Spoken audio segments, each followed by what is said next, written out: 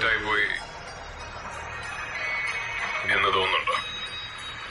നീ ചെയ്തതോ ഞാൻ ചെയ്തതോ? താൻ ചെയ്ത് തനിക്കൊരു ആശ്വാസമാവുമെങ്കിൽ വന്ന് നേരിട്ട് കണ്ടൊരു സോറി പറയാൻ കരുതി വണ്ടിക്കകത്ത് കയറിയതാ. പക്ഷേ പറ്റുന്നില്ല. തന്റെ നഷ്ടത്തിന്റെ